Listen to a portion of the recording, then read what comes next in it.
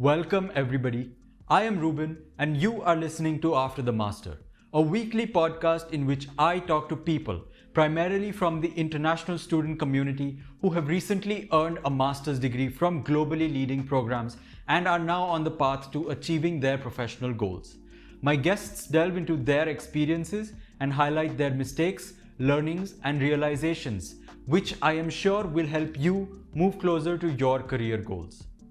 I post a new episode every week, so please subscribe to receive updates.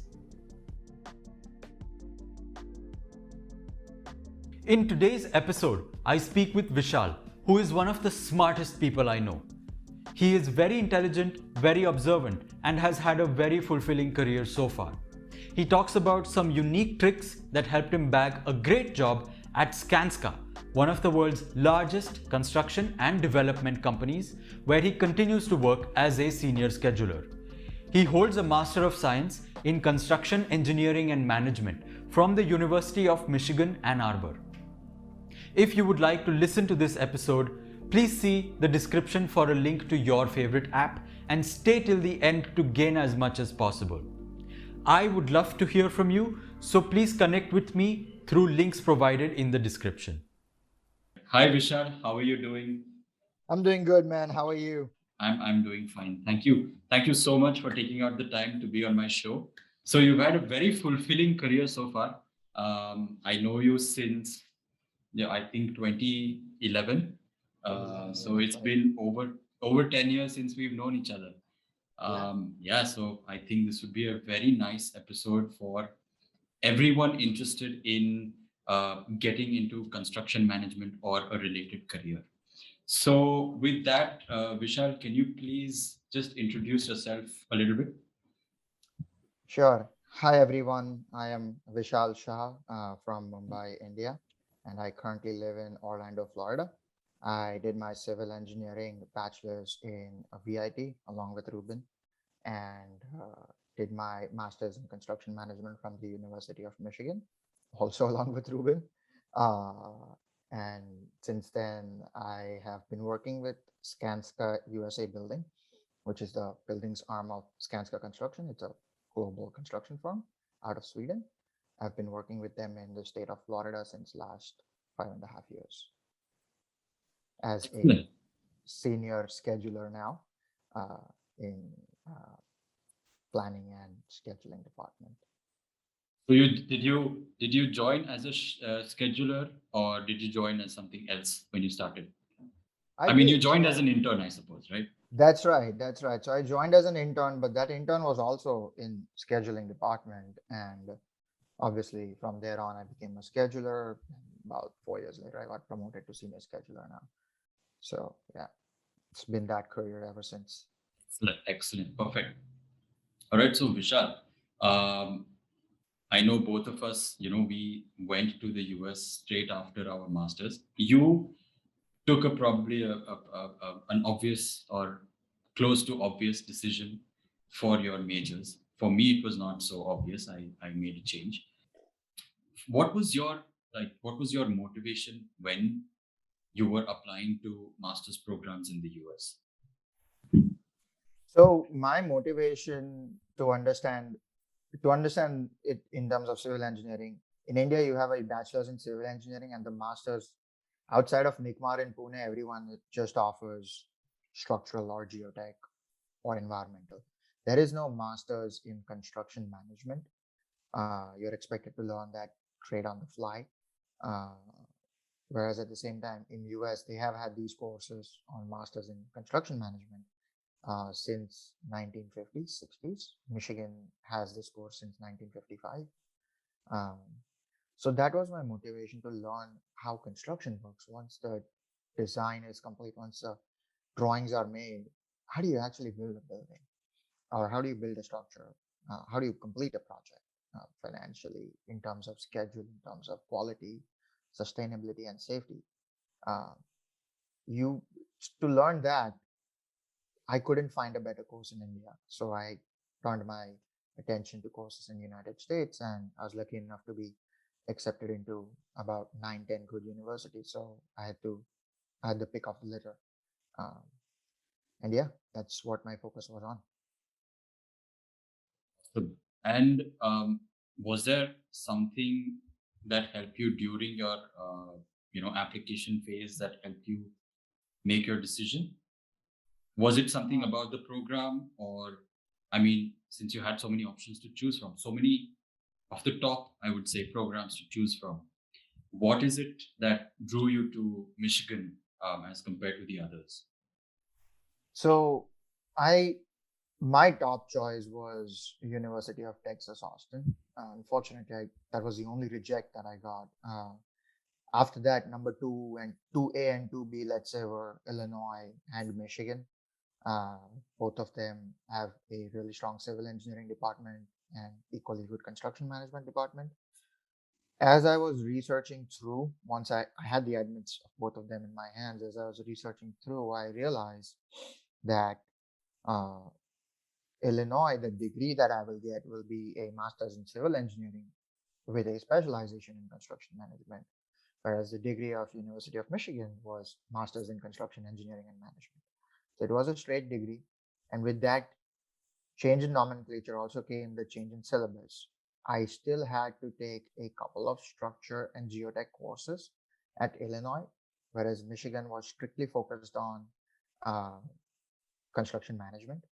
Now, a lot of people in my program also came from a change of background uh, from their bachelor's, so they had to take a prereq, one structural and one geotech course as a prereq.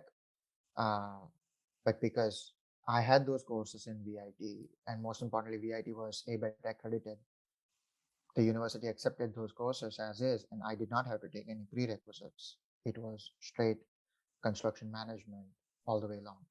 So, other than that, when I had these doubts, I had these questions. I was bold enough to email the professors of both the universities. Um, I had no response from Illinois as such. Actually, I did, but like came after 3 or 4 weeks.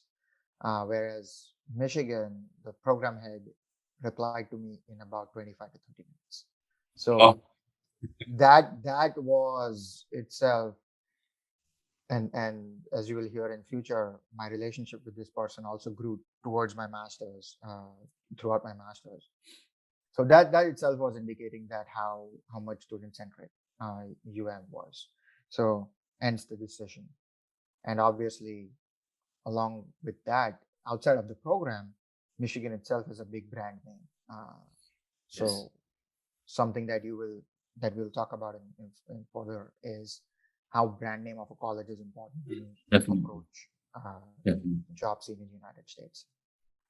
Um, and when you were looking at programs, or once you had your admission offers, did you talk to alumni or current students, uh, before making your decision? I mean, I'm asking this because what I want to know is what your perception of master's programs in construction management in the US was before you went there, apart from what is on the website, what curriculum the curriculum that they post on the website, or whatever associated features of the program.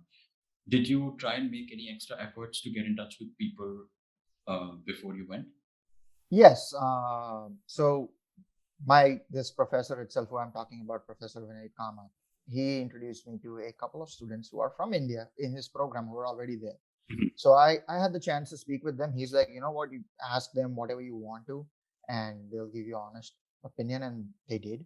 At the Mhm. same time, I was unfortunately not able to connect with anyone from Illinois, but at the same time, Georgia Tech, as good as the program of Georgia Tech is, it was also right there as my top choice.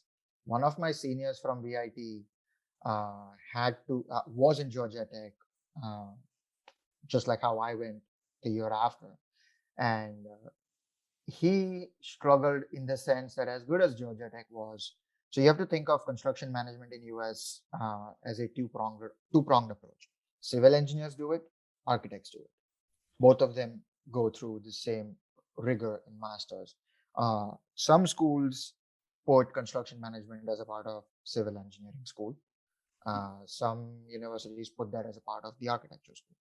Uh, is you will know architecture is not a part of STEM, STEM, which is science, education in science, technology, engineering, and mathematics. Uh, you are deprived of that STEM powered degree in terms of your F1 visa extending into an employment opportunity. Generally, a STEM degree will help you be employed for 3 years on your F1 visa compared to a non-STEM degree will only help you to be employed on your F1 visa for 1 year. So that's where I had to drop out on Georgia Tech. I had to skip out on Carnegie Mellon because those were two big universities that were right there at the top, but I didn't have a STEM. they didn't have the STEM because their construction program was in the School of Architecture. There are some other programs. Some programs have construction as a totally different school, Yeah. and they try to classify construction as a part of STEM. Uh, so, so that's something you have to watch out for. Is to whatever course you're taking, make sure that it is a part of a STEM curriculum, and then especially in construction, make sure that you are also in the School of Civil Engineering, because if you are a civil engineer, that is, because one of the things that the senior of mine who also struggled with at Georgia Tech was because it was a school of architecture, the companies that would come for your career fairs will majorly be architecture companies. Mhm. And if you are a civil engineer, you will not get a chance to work with any of those because you are you're basically from the dark side of the industry. Let's The put it focus that way. is different, I suppose. Like they're The hiring with a focus is different. different. Yeah. Exactly. So yeah, that's something you have to watch out for. And I got to learn that when I spoke to the seniors. Excellent. And knowing you, I know that you always head into something with a very after being, as informed as possible. So I'm sure that you made the correct decision, and you know the rest is history. Uh, um, all right, just a second. Okay. Um, okay. So, all right, let's talk about your life at Michigan, right? So, once you were there, what was your main focus? Like when you stepped into the university, what was at the top of your mind or your top preference in terms of doing well there? So historically, and you will know this very well, I've always been the extrovert nerd of my class. I'm good at studying, but I'm also great at making friends and interacting with people. So I took that same approach at the University of Michigan, with just developing my network as much as I possibly can, meeting new people, and at the same time, not losing focus on my studies. Um, so one of the things that I kind of struggled with was initially was just the absolute distances that we had to cover in this huge university. Yeah, yeah, So you have campuses across towns, yeah. and you have to travel by bus and all that. So just to make it to events where you can network with people, uh, there were some compromises and some decisions that were to be made in that. For example, what kind of compromise? So sometimes it never came down to skipping classes, but it at least came down to, because one of the things you have to expect when you come to the United States, and I think because we studied in VIT away from home, we were more well versed with it as compared to someone who is coming straight from home to the United States. You are on your own. You have to do your cooking, your laundry, your cleaning your house, everything on your own. So during the week when you are busy with studies, when you're busy with work, when you're busy with meeting people, um, there will be nights, there will be occasions when you may not get a chance to cook. If you are someone who loves home cooked food, if you are someone who can't skip out on a meal or who can't uh, just run with a smoothie on one of the meals and focus on what you really want to achieve, you're going to struggle in the first 6 months of your life. So those were the kind of compromises that I had to make. I never compromised my health. but at the same time, I had to leave aside the craving that every afternoon I want roti, sabzi, dal Right, for right. lunch, I and get it. every evening I want pav bhaji, dosa, whatever. Whatever. for dinner. Yeah, whatever. Yeah. So you have to skip out on those. Now, once you have friends, obviously, you will be going out on weekends. So you're gonna get your fair share of uh, cravings satisfied, but it's not going to be the same home cooked, mom cooked food. Okay. So yes, that was my struggle, but at the same time, the life was spectacular. Um, I will say this though, I will. I wouldn't want to go back to the cold winters of Right. Michigan. So, so just recalling what you said, your main focus was essentially doing well in, I mean, academically, as you always have. I mean, no compromises on that part. But at the same time, it's you probably realize the importance of meeting people, basically networking. So you attended networking events of or other events of that sort on campus? So I joined a couple of organizations as I got my feet wet into how the culture of Michigan is.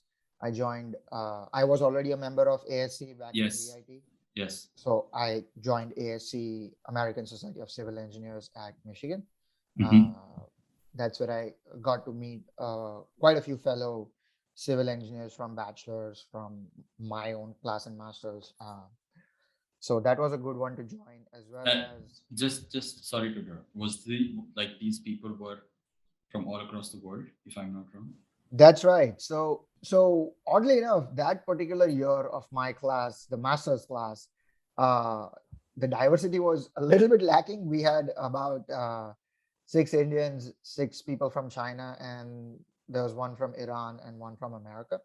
Mhm. Uh, but at the same time, the bachelor's class had mostly Americans, but Americans from all over the country, which it's a big country. So you had people from California, you had lots of local people from Michigan, you had people from Georgia, from Florida, you, and you had people of every race essentially. Uh, so yeah, there was quite a bit of diversity. And had I not joined ASC, I wouldn't have been exposed to that diversity. And then the other organization that I joined, I was invited to join, was Tau Beta Pi. Tau Beta Pi is a engineering honors society, Yeah. and you at the University of Michigan, you get invited to join Tau Beta Pi as a if you are in the top 10% of your class. Mhm. So So once you get invited, this was sometime after, like after the first semester, or this started in the second semester. okay, I think second or third. Actually in the third semester, in my third, last all right. semester, yes. Uh, it's a 1 semester program to be a electee of Tau Beta Pi, and then if you once you join them, they'll invite you, and then it's up to you whether to join them or not. But if you Okay. do, they have lots of events and things happening. It's still run by students. It's still run by engineering students. They have their own committee, which historical members progress through and become the committee members. So they organize events and programs where you kind of be of service to the greater community of Ann Arbor, Mhm. and you have to attend a bare minimum, kind of like Mhm. getting credits, as well Mhm. as there is a $95 application fee, I guess. Right. But once you go through a semester worth of this program, you are initiated as a Tau Beta Pi member, and that kind of gives you a broader connection to the greater Tau Beta Pi society, which I mean, it's huge across the United States, probably the world. You have presidents of countries who are a part of Tau Beta Pi. You have astronauts, you have Nobel laureates who are a part of Tau Beta Pi. So you get a chance to be a part of that alumni network. How much it helps in terms of after graduation, at least in civil engineering, it didn't as much. But during my 6 months of the last semester, I was Mhm. able to meet quite a lot of other students Yeah. Yeah. from the rest of the engineering department at Sure. the University of Michigan. Just a quick word, if you are planning to apply to graduate programs abroad, I offer several services and I am working on a bunch of resources to help you breeze through the applications process. You'll find all of these on my website rbnedu.com, and links have been provided in the description. All right, back to the episode. So, at what point did your focus shift towards finding an internship or starting to get in the process of securing employment of some sort? Whenever you start, from whichever point you start, shift your focus, you're already 2 days late. What? That's right. So as a master's is going to be a small program, which means you're going to have 3 semesters. September, when you get there and the college starts, your first fall semester, within the first 2 or 3 weeks, we had our first career fair.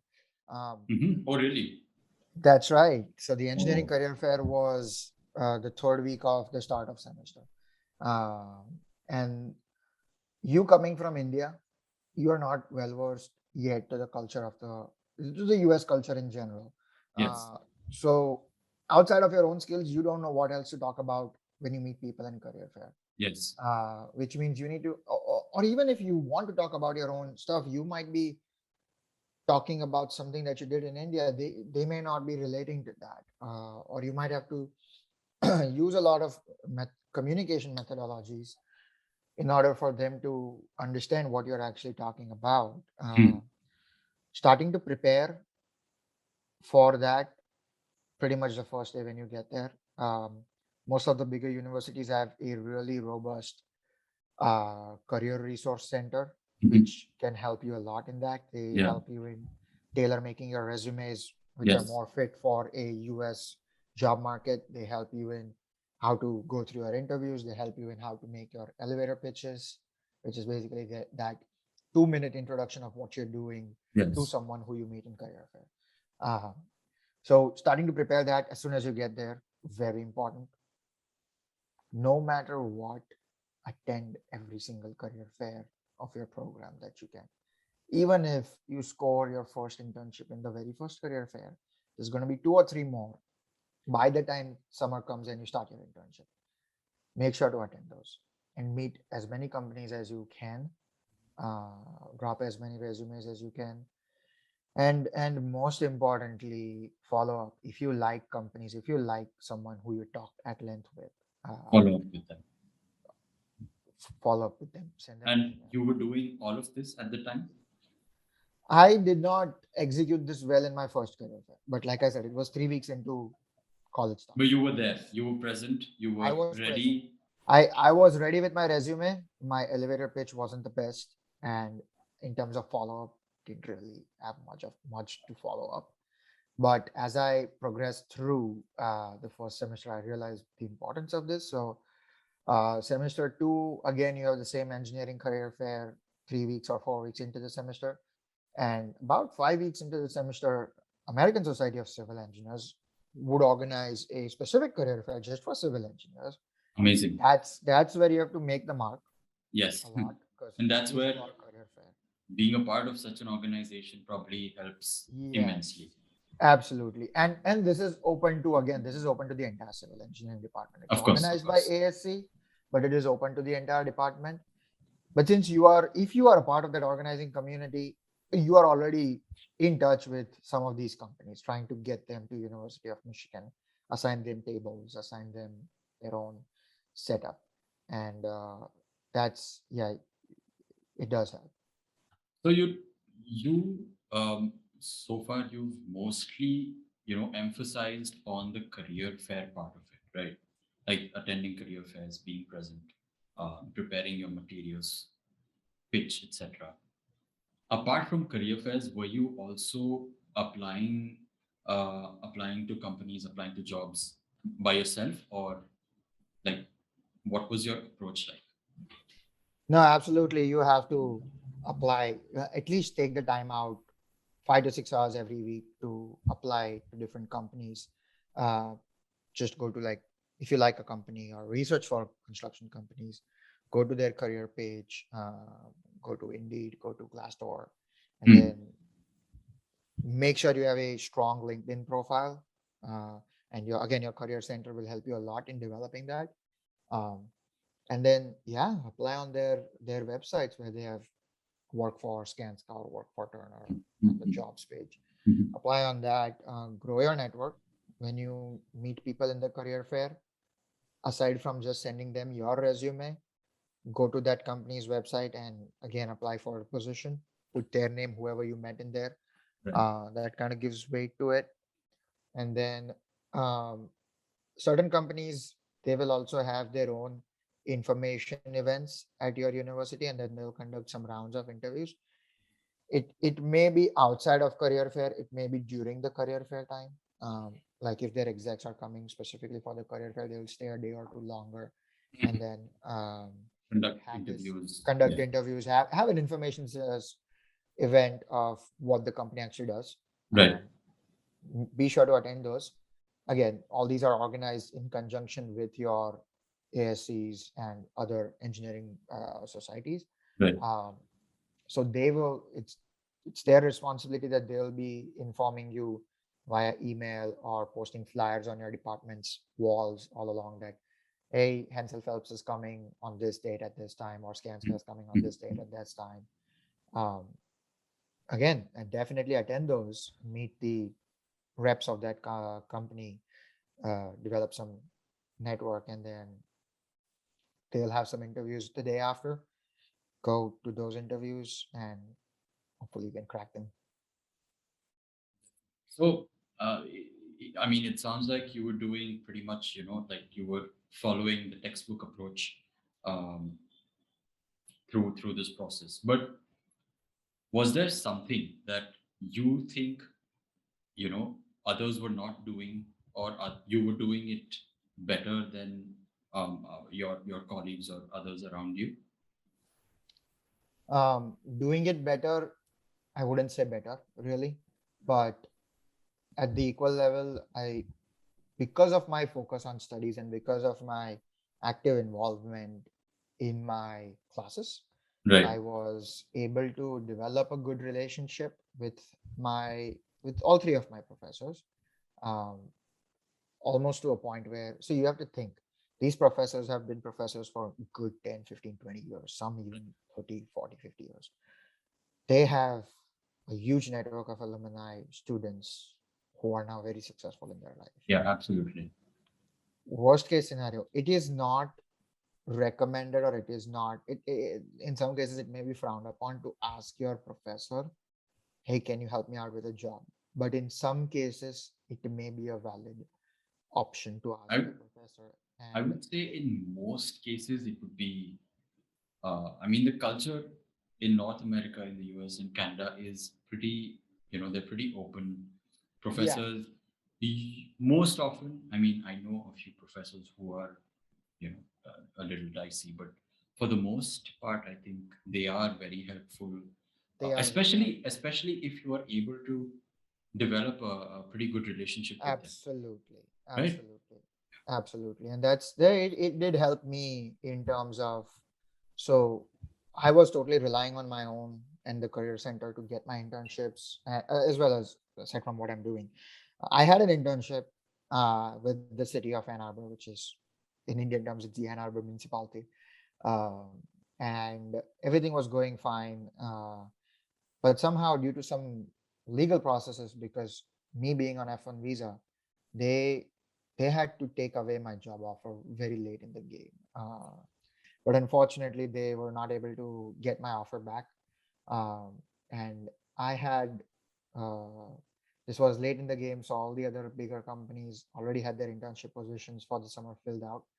I still reached out to my professor that, hey, here's, I ran into this problem. I tried my best, but the internship went away. So my professor, he stepped up and he connected me to three people, from one from Skanska, one from Turner, and one from this local company in Ann Arbor, Pyramid. And the Turner and Skanska reps emailed me and said, hey, you know what? Our internship program is full right now, but we love your profile. And since Professor Kamath has recommended you, we'll definitely consider you for full time. And Pyramid, unfortunately, they were not even offering internships. And this was the same guy who I had met during the career fair. And he replied to me and my professor saying, hey, we met Vishal in career fair. We love him, but we don't have an internship program. We're definitely going to consider him for the full time come the graduation. So that way now I have three potential sources to go to. I may not necessarily have an internship yet, but I have three potential sources to go to come my full-time approach. So that's how that relationship with the professor works. I think that's where I slightly had an edge over my colleagues because of my relationships with my professors. Right. So yeah, that does work. And do you think was your professor Indian origin, or was he Indian American? Or He is Indian origin. He is actually from Goa. okay, But at the same time, so our professor community is also pretty diverse. There was a Greek American. There was the program head was this person, Professor Kamat from Goa. There was a professor from Lebanon, and there was a professor from Korea. So okay, pretty diverse class of people. yeah, yeah. And do you think the Indian connection helped at to some extent? To some extent, it did. Okay, I wouldn't say it did not. right. So yeah, it did. But I mean, But there were it should have worked for the other five as well. yeah, exactly. That's what I was getting at. Yeah. All right. Now, earlier you mentioned, the tag of a big university like such as Michigan does make a difference. Now, at what point did you have this realization? Yeah. So there's two things, especially in construction. Two things will make a difference: your brand name, and most importantly, your location. Okay. So the brand name helped me. The location badly hurt me because Yeah, of Michigan. yeah. Right. So you have to think construction it's an industry where they'll generally the companies like to hire within the state. The state of Michigan Yeah. was probably one of the worst hit during the 2008 financial crisis. Still reeling from impacts. It is recovering out of it, but in 2015 it was not in a good shape. So the construction industry was kind of in shambles. Whereas This was in Michigan mostly. This was being in Michigan, yes. Yeah. The industries in other states, Florida was very badly hit in 2008 as well. But because it was badly hit and it still had a growing tourism industry, their construction industry, they bounced back pretty quickly, and their construction industry was booming. When I came to Florida, right now it's going crazy. 5 years from when I came to Florida. And the other states like California, Texas, New York, they will always have that kind of a good growing construction industry. And then that's part of the reason why UT was my first choice, University of Texas, because it had the same aspects as University of Michigan, except it was in a thriving construction state. Right. As the brand name, this is where Michigan helped me the most. And this is my advice to a lot of people. When you come to the US, start learning about the US culture as soon as you can. And the best, most easiest low-hanging fruit you can do is start learning about American football, college football in particular. The colleagues, when you join the workforce, think of it in terms of out of the 8 hours or 9 hours of the day that you work, you will at least spend an hour chit-chatting with some of your colleagues, right? They want to hire someone who is personable, who they can talk to about something outside of work. I'll tell you about my experience at one of the interviews. So I had an interview with Hensel Phelps for my full time. This is after the summer into the third semester. And that interview went well. They called me out to Los Angeles where they had, I guess, 12 people to interview from 12 different colleges. And they took us to their job sites on day one. Then they had gathering a big dinner with everyone that evening. We met the execs of the company, all that. That evening, I did not hear anyone talking about work. I was the only one who was meeting new execs who I hadn't met during the day, and asking questions about work. And while they would answer that, I had the sense that they are not really liking that I'm asking them so many questions about work, because once they're out there work, they don't want to talk about work. And so in order to be on an impersonable with them, or impersonable level with them, you have to connect with the US culture. And talk about football. If you know Oh, stuff about football, talk about it, right? And sometimes having these brand names, like if you are at University of Michigan, or if you are at University of Florida, or if you are at University of Texas, someone like if you're wearing a Michigan shirt, someone will ask you, "Hey, you guys had a good game on Saturday," and if you're clueless blank about it, yeah, yeah, that's yeah. not the best way to approach it. At That least have a knowledge of what the score was and be able to talk about how your college is performing in football.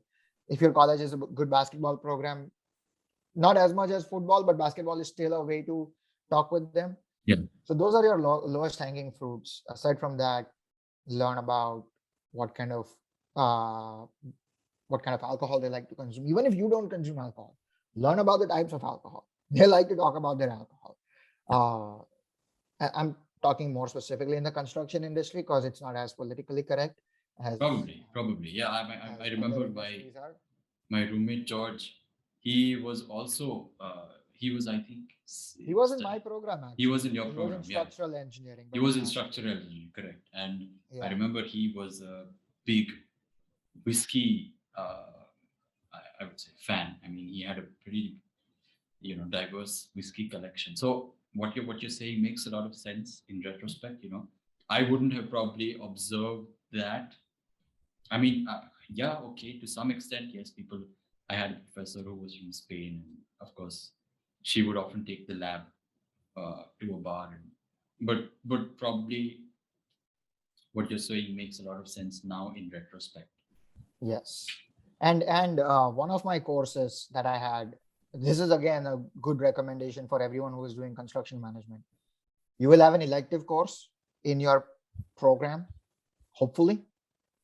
Take that elective course as your real estate development course. This was the real estate development that I took was a part of Ross School of Mhm. Business, and Mhm. Ross is one of the best schools in the country. Definitely. Uh, so I got to meet a huge network of people from Ross School, professors from Ross School. It's advanced, uh, and this course was they had one class 6 p.m. to 9 p.m. Very odd time, but the reason being a lot of people in this class were working professionals Mhm. in real estate, so they would come to this class, and the professor had this thing of after the class he will go to downtown House of Pizza, and he will have pizza there, and he will invite whoever wants to join to have pizza with him, pizza and some wine or some beer, whatever you So like. did you I take never that did up? that. I Oh, never did that, honestly speaking. In hindsight, I should have done that. right, right. Yes, because that's where you will grow your network. And this is a professor for real estate, which means he exactly knows what's happening with the real estate in the country. Wherever there is a demand for real estate, that's where there is a demand for construction. Mhm. That's So the most obvious link. most obvious link, and that's where you will be able to find out which states are truly performing, which cities are truly performing, Mhm. and based on Yeah. that, you can narrow down your job search instead of hanging at every single thing. Based on that, I was able to decide, okay, Florida is going to boom, and I did. Perfect. Perfect. That's a pretty good Uh, observation, I would say. So from what you've said, I mean, it seems like, those who probably are laid back might not do as well, or won't at least come across the opportunities that, someone like you who's alert, aware of what's going on through classes, through whatever career fairs, through the career services, through faculty. So there are a ton of resources available. So just walking through your timeline. So this is sometime probably in the third semester, when you took your elective. Is that right? that's right. No, the Yeah. real estate course was in the second semester. Okay. Okay. Now let's talk a little bit about the final semester. And you did mention that because of that internship issue, the recruiters at Skanska and Pyramid were aware of you as a potentially Yes, strong candidate. I was able to connect with these other three people. I also had uh, so University of Michigan offers their master's thesis as a part of a construction industry alliance program. So we did our thesis along with a company based out of Ann Arbor. And I did my thesis in scheduling. We were basically testing out their software without going into much details. I had I had already certified myself in Primavera P6 before coming to University of Michigan. And we also had a course on critical path methods and then the lab on Primavera P6 in Michigan. So this internship didn't pan out. In hindsight, I would say it's great that it didn't pan out because I would be making sidewalks throughout the summer, which I didn't want to do. Okay. I was able to get an internship in India, in Bombay, in this company called Mana Infra, and they're pretty advanced for a construction company out of Bombay. When I went there, they wanted someone who could help them develop a schedule for their big project, the interior finishes schedule. They already had a schedule for their structure, but they didn't yet have a schedule for their interior finishes. So I helped them develop that, train their project engineers on how to use, I think they were using Microsoft Project, but same P6 project. You should be able to work with both of them. While I was doing that, most importantly, I was keeping my LinkedIn profile and my resume up to date. I think right around summer, June, something, I got an email from this guy from Skanska in Florida that, hey, we came across your profile and we'd like to interview you for the scheduling role. And then pretty much I was in touch with him from June, July, August. First week of September, they told me, we do have an opportunity for you, but we want you to start as an intern. I said, I'm graduating in December. And they said, yeah, but we kind of still hire from our internship pool. So don't think of it as you're competing for a job. You will be the only intern in this department. The job is for your taking. If you perform well, within 90 days, you will have your offer. I had a great interview with them on phone. And they said, all right, internship is yours. And they gave me 7 days to accept it. During the same time, I was still working with Hensel Phelps and getting an interview and all that from them. I politely asked Skanska, hey, can I take a week more? Generally, if they have a lot of candidates lined up, a lot of people lined up, they'll not let you do that. These guys, they told me it's yours for the taking. Don't worry about it. Take a week more. That's when I knew that this company is really looking for me as Vishal and not looking to fill a hole. It was an internship, but it was an internship in scheduling, something that I learned in my master's, something that as a master's degree, I could pursue that. The offer that I almost got from Hensel Phelps was for field engineer, something that a bachelor student can also do that. Okay. It was a healthy enough pay in Los Angeles. Skanska's was an internship. I took the leap of faith. I joined Skanska in Florida. I was like, Los Angeles, it's already developed. It's going to be expensive to stay there. It's going to be expensive to stay there. And most importantly, I'll be doing stuff that I could have done as my bachelor's, with my bachelor's degree. Skanska, I'm doing stuff that is specific to my master's. It ended up being the best decision of my life. I came to Florida. Within 5 weeks, they realized that I actually know a lot more than what they were expecting. And I had my full-time offer, which was almost exactly equivalent to my full-time offer from Hensel Phelps in terms of salary. And think of it, living in Florida versus living in Los Angeles, there's a big difference. It's a massive difference. If I convert my Florida salary to my Los Angeles salary, I should be earning more than 2 times what I'm earning in Florida. Yeah. There's a that it worked amazing, to be honest. So sometimes you have to take those leap of faith, but you have to most importantly be aware of, is there a competition to get you hired? Are you competing against people? If you are competing against people, it's the industry, it's the company that is actually dictating the terms. If you're not competing against people, it's you who are dictating your terms. And that's the advantage I had in Skanska as compared to Hensel Phelps, where I was competing with 12 other people. Perfect. You briefly mentioned about pay. So just, could you elaborate on the kind of pay a fresh master's graduate could probably expect, after completing a graduate degree in construction management? So it's not going to be gardens and roses like it is for IT. Surely. you are not No chance. you're not going to get six figures for starters. You're not never going to get six figures when you graduate. Generally expect anywhere between, at least back in 2017, this was 60 and 70 on the Yeah, high 70. So outside of California, 70 is really great. really That's good. Yeah, yeah. my starting salary was 70. Okay. Hansel Phelps in California, they had I think 72 or 74, something like that Mhm. for starters. It's not good for California. It's considering And the standard of considering living. the Yeah, standard of living there. And you will be surprised to learn that New York actually falls in that 60 to 70 bracket. There is a higher standard of living, but your salaries are still going to be low Mhm. because of the sheer number of people that they have to pick from in New York, because everyone wants to be in New York. So, so yeah, watch out on where you are going. There is something called as cost of living calculator, which is There is, yeah. I'll put which it in the yeah, description. put it in the description. It's CNN has it and NerdWallet has it. CNN, They will yes, give you exactly. a this comparison of what your salary should be in city A versus what your salary should be in city B. Check out how local taxes are wherever you're going. Florida, the state of Florida does not have the state income tax. You are only Mhm. paying federal or central income Mhm. tax. Mhm. You're not paying state income tax. So you That's a are big, saving. big, big That is a opportunity to big save. saving. Yeah. Yeah, on an average, you are saving five 5 to 7% more than the rest of the country. There's only 7 or 8 states in US that don't have a state income tax. Mhm. Mhm.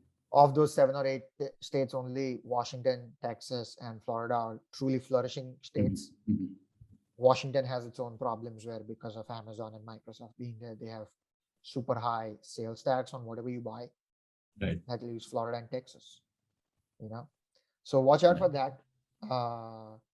And then, yeah, expect anywhere between 60 and 70 for starters. I don't know how 2021 or 2022 has changed the starting market necessarily. I can't comment on that. Mhm. Uh, but yeah, depending on the growth since last 5 years, I mean, Skanska is a relatively high paying company, but they still thought that it was low for a Mhm. lot of their staff. So we got a big raise this year as well. Right.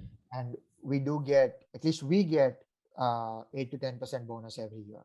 Excellent. Uh, That's amazing.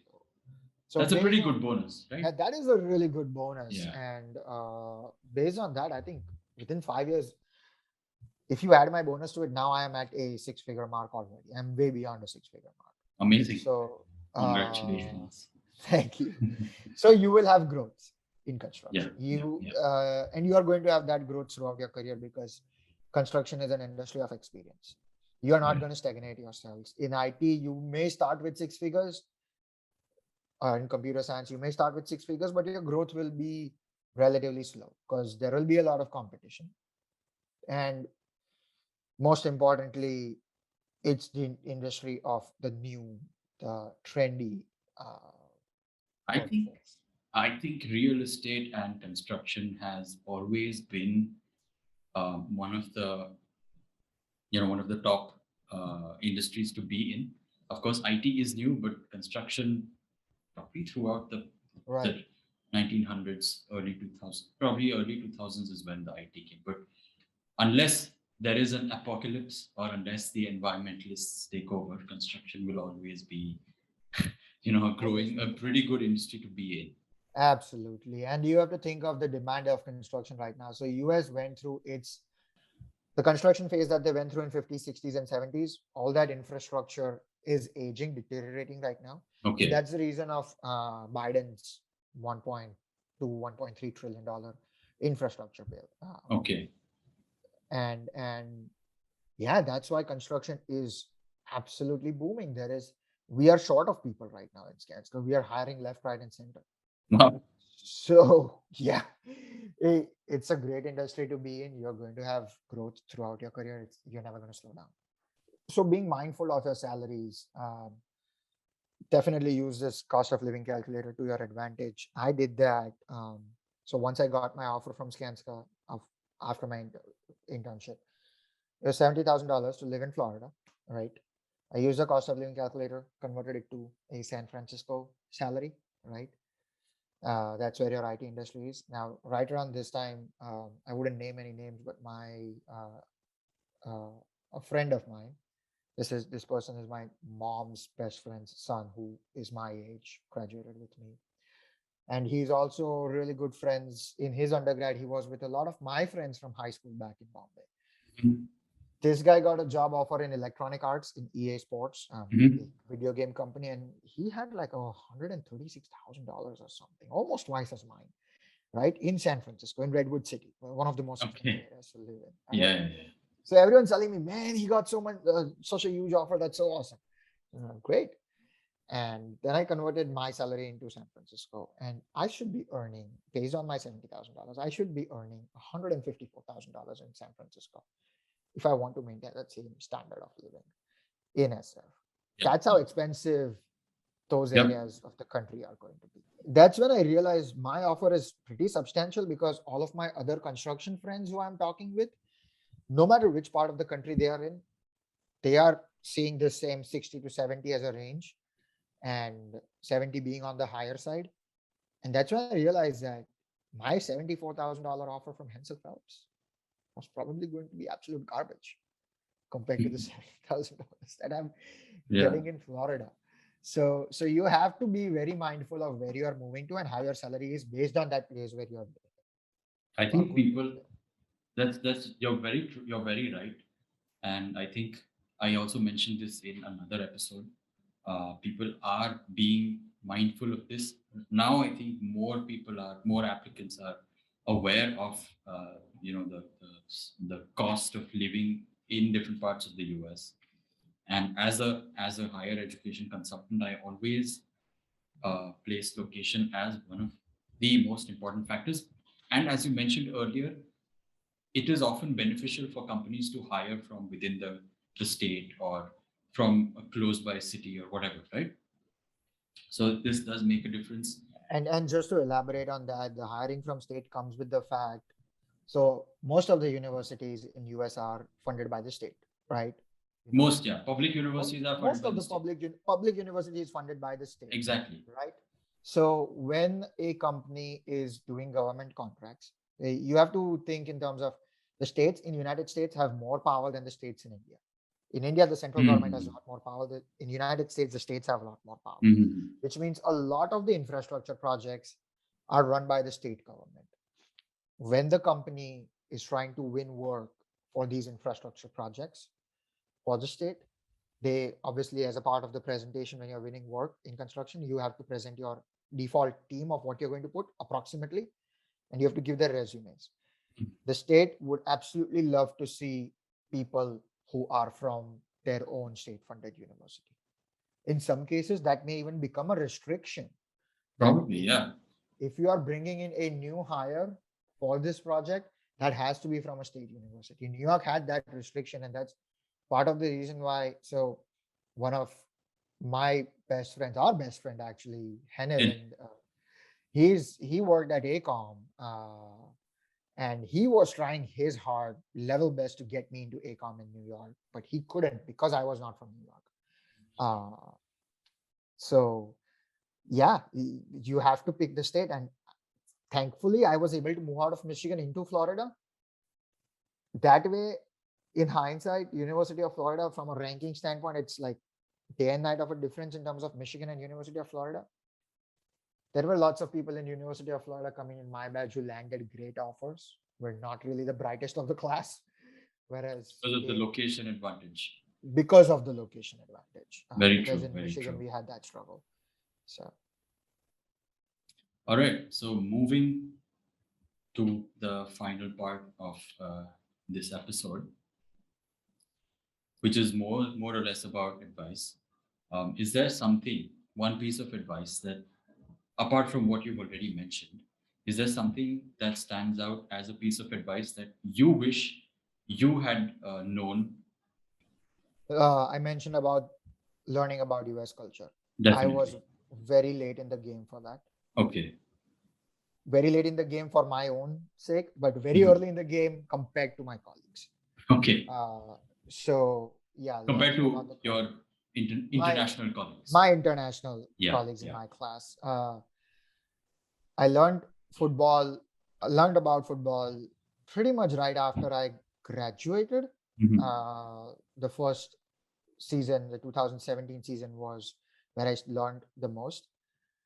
What it helped me with is construction. I'm in the South, Mm. and here's where football is the thing. I was able to connect and communicate well with my colleagues here in Skanska, to a point where my boss back then, who is now one of the top level executives in Skanska, Florida, he still texts me every Sunday what he needs, how he needs to pick his team for his daily fantasy. Kind of like how we play Dream 11 in IPL. Yeah, We yeah, have been I know. playing this thing since 30 years, I guess. And he texts me every Sunday during football season because I know so much about it. Mm. That's that connection. Now I have a connection in the top level management who will always have my back.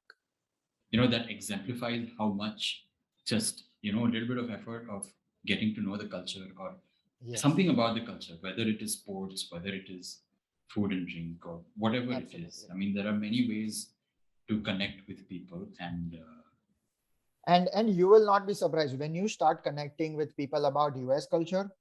As you connect, as you grow that relationship, they will be very much interested to learn about Indian culture as well. oh yeah, yeah, yeah, That's when you become the true ambassador of India. and To a you point where I'll you give you one example. yeah, go ahead. This year in Diwali, the day of Diwali, the night before Diwali, I was too tired. I just went home and went to sleep. And the next day, I just showed up empty-handed to work, and everyone yelled at me because I didn't bring any sweets. And Okay, that day, we love this particular Indian restaurant in Orlando, and that day my colleagues took me to that Indian restaurant for Diwali lunch. amazing. That's when So you become. it's a great way to bond with people, yes, Yeah, for sure. And at the same time, it's an excellent way to expand your interests. absolutely. You may find out something that you absolutely had no idea about and get so involved in it. As I know, you used to be a big cricket F1 fan, which you still are, but now you're a major American football fanatic. Absolutely. Yeah, Yeah, right. absolutely. So it does help learning. And more specifying football because that's what I picked up and that's Mm. what my industry really likes. If you Right. are in And IT, yeah, you learn about other stuff.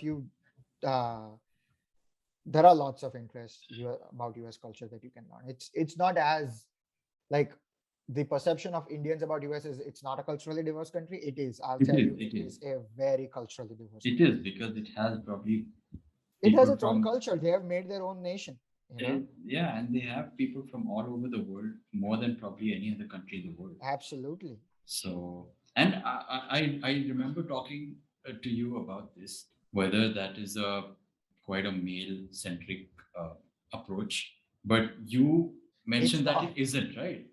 It, the women follow football just as much as the men. I mean, even if you don't see as many women playing, or you don't see as much on TV, they'll actually watch it, if not anything, and you will be able to connect. I think culture is that's probably the definition of culture. I mean, it sees no gender bounds usually. Absolutely. Is there one piece of advice that you would like to give people who are looking to enter into the world of construction management or civil engineering, structural engineering now? Yeah, absolutely. So the construction industry is becoming a lot more digital, a lot more software Okay. oriented. Uh, so learn your software, whichever construction path you choose. If you're choosing construction management, either learn P6 or learn Revit, anything from India before you come for your masters. Right. Um, because the same courses, when you try to learn that in the United States, they are expensive, a Mhm. lot more expensive than they are in India. Yeah. Yeah. A lot of a lot of classes in India, they have that same valid certification at a uh, that is acceptable globally, so you can get that done in India, and then it will help you with two things. While you are going out for your job search, it will be an added advantage Mhm. that you know how to use Revit, or you know how to use P6, or you know how to use any other structural engineering software. You know how to use AutoCAD. you may call it as a part of, like, if you are in your university and you learned it back in India, or if you are in your university in US and you learned it, that's there. But if you are certified in it, that gives a lot more value, and you will have that advantage going out for your job search. So I had that because I learned P6 before I came for my master's. And then I also reiterated on, honed my skills during my master's. Uh, that's my bread and butter now. As a scheduler, I use Primavera P6. Um, and the other advantage that I had because of this is, if you are with the same company for the first 3, 4, 5 years of your career, which in construction it is normal to stay with the same company. If that company is liking you, they are going to go and file for your green card, right?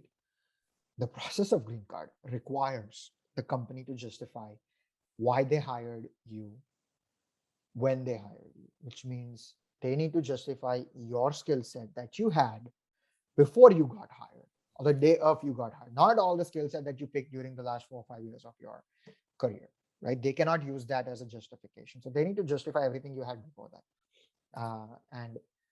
And then they need to compare all of that you had before that to your job description, right?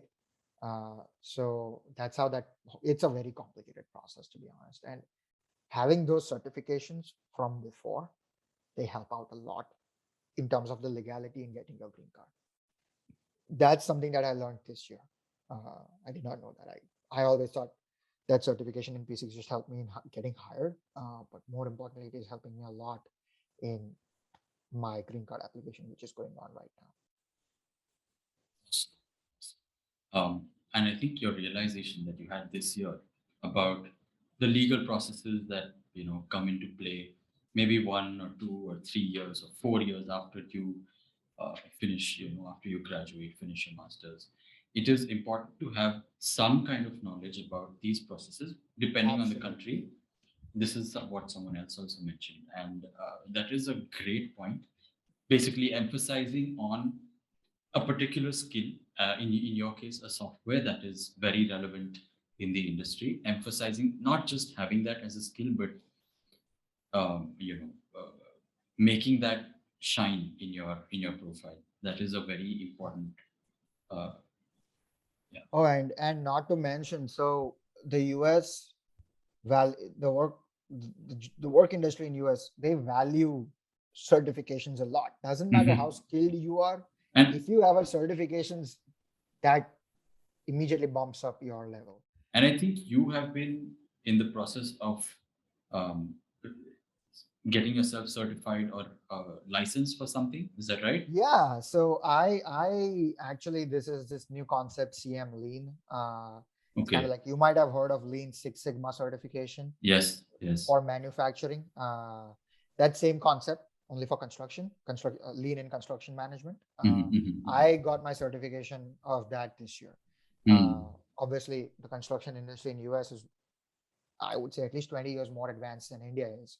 We are heading into that lean construction methodology, kind of like using Toyota planning system in construction. Um, so I got that certification this year. Adds a lot to my resume, adds a lot to the value of, like, if let's say I'm unsatisfied with Skanska and I go out and try to get another job.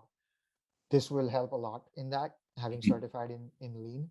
mhm. Um, and if I do get another job and let's say that company takes over my green card process, now that company has to justify why they hired me on the day they hired me. They can now include CM Lean as a part of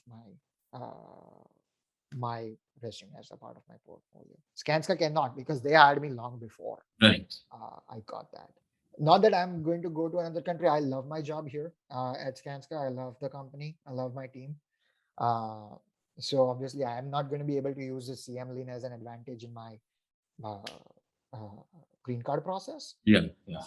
Just a tool, just another important tool to your belt, really, right now. Excellent. All right. So we've reached pretty much the end of the show, this episode, and I usually end with this one question, which is, when would you consider yourself to be successful? And knowing me, I would answer probably never, uh, because Okay. it the biggest room. the biggest room that you will ever find is the room for improvement.